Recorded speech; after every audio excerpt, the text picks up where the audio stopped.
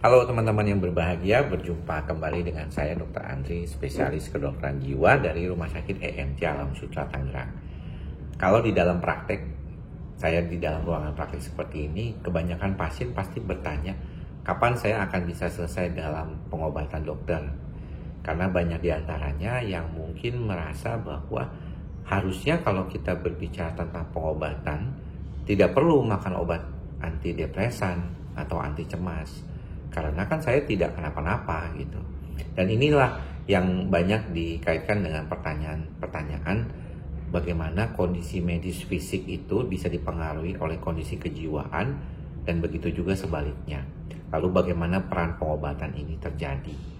Mungkin sebagai gambaran banyak di antara teman-teman yang tidak terlalu paham ya tentang masalah gangguan kejiwaan ini, yaitu problem yang berkaitan dengan bahwa gangguan jiwa itu sebenarnya terjadi di saraf pusat otak kita. Jadi banyak di antara kita itu seringkali kalau merasa gangguan kejiwaan itu timbul sebagai gejala fisik, perasaan, pikiran, dan perilaku, maka dianggap itu bisa baik sendiri atau tidak perlu dalam konteks pengobatan dengan obat. Namun kalau kita bandingkan dengan misalnya penyakit seperti diabetes, hipertensi, kalau misalnya demikian, saya juga bisa bilang sebagai dokter yang dulu pernah menjalani pendidikan dokter umum, saya akan bilang, kalau demikian hipertensi sama diabetes nggak usah dikasih obat. Karena kan bisa aja berpikir positif bikin hipertensinya baik. Toh dulu juga hipertensi dianggap sebagai penyakit akibat stres, katanya kebanyakan ngomel atau marah-marah. Tapi kan tidak demikian. Di dalam perkembangan pengetahuan, evidence-based medicine dikatakan bahwa ternyata orang itu hipertensi itu ada yang namanya hipertensi esensial.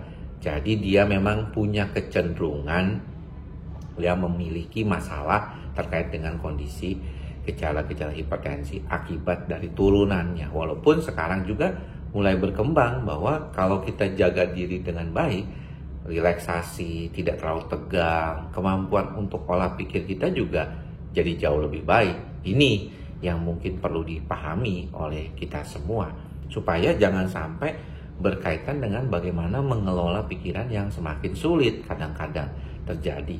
Sehingga pasien itu perlu dikasih tahu bahwa ini obat memang buat membantu. Jadi kalau ada orang minum obat anti hipertensi, Anda minum antidepresan, anti cemas untuk membantu kestabilan itu.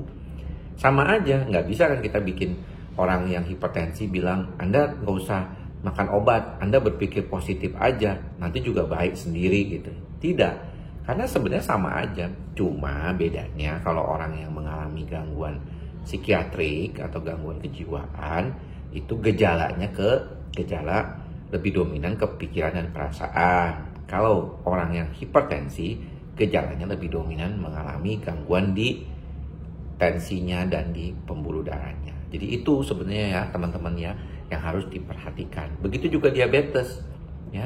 Kita nggak bisa bilang bahwa beberapa orang udah diet aja yang cukup gitu ya, makan yang benar atau kurusin badan. Nggak segampang itu. Banyak diantaranya malah sampai membutuhkan insulin. Jadi kalau kita pikir-pikir, problem yang berkaitan dengan gangguan kejiwaan sama gangguan fisik medis lainnya ya sebenarnya sama aja. Cuman perspektif kita, persepsi kita memandang gangguan jiwa itu seolah-olah bukan gangguan medis, sehingga cara pikirnya jadi beda. Termasuk juga teman-teman dokter sekalian. Kadang-kadang mereka menganggap bahwa ini mah pikiran kamu aja lah. Lah pikiran itu kan proses dari otak.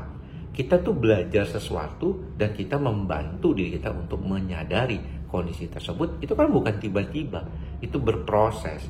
Ada asupan, ada keluaran, ada input, ada output. Begitu juga sistem saraf pusat kita.